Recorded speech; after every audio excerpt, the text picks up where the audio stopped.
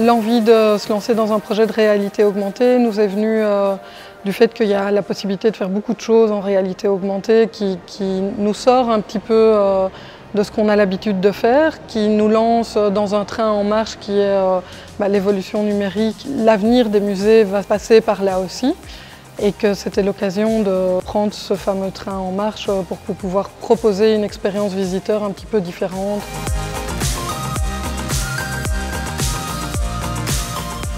La réalité augmentée, c'est une technologie qui permet de pouvoir superposer des éléments virtuels dans l'espace physique afin de pouvoir l'enrichir. C'était une opportunité réelle pour nous de pouvoir montrer le savoir-faire des entreprises belges dans le domaine des hautes technologies. Et le musée de la BD a constitué un terrain de jeu absolument fantastique pour nous, pour mettre à l'épreuve justement les technologies que notre société propose au grand public.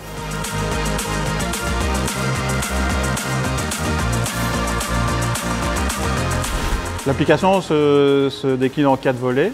La première partie, c'est l'art de la bande dessinée, donc c'est l'exposition permanente qui se trouve ici dans le musée.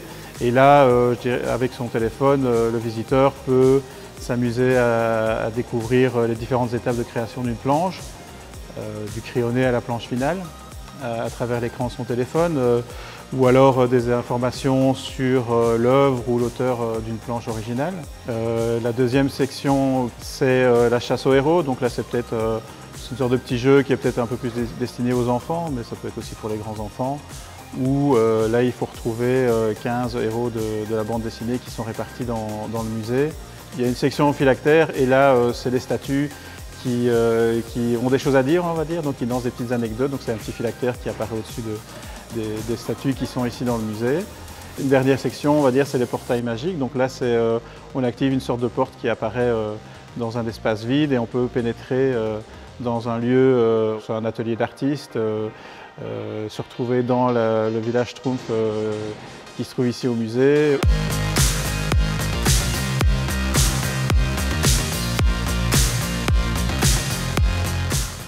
En Belgique, j'ai l'impression qu'on n'a pas trop ça pour le moment dans les expositions. Et je pense que c'est vraiment quelque chose qui va beaucoup plaire aux familles, aux enfants, parce que je vois beaucoup d'écoles, enfin je sais qu'il y a beaucoup d'écoles qui visitent ici. Et ça va vraiment ajouter quelque chose en fait à l'expérience de l'exposition, voilà, qui pourrait être vraiment très fun pour n'importe qui vient visiter, qui peut non seulement regarder les planches, mais en plus avoir voilà, un petit jeu à faire en plus. Voilà.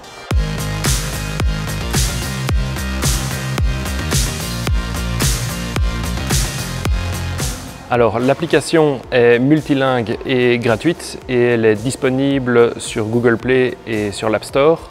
Et il est possible déjà de vivre une partie de l'expérience du musée depuis son domicile et de passer au travers d'un portail en réalité augmentée.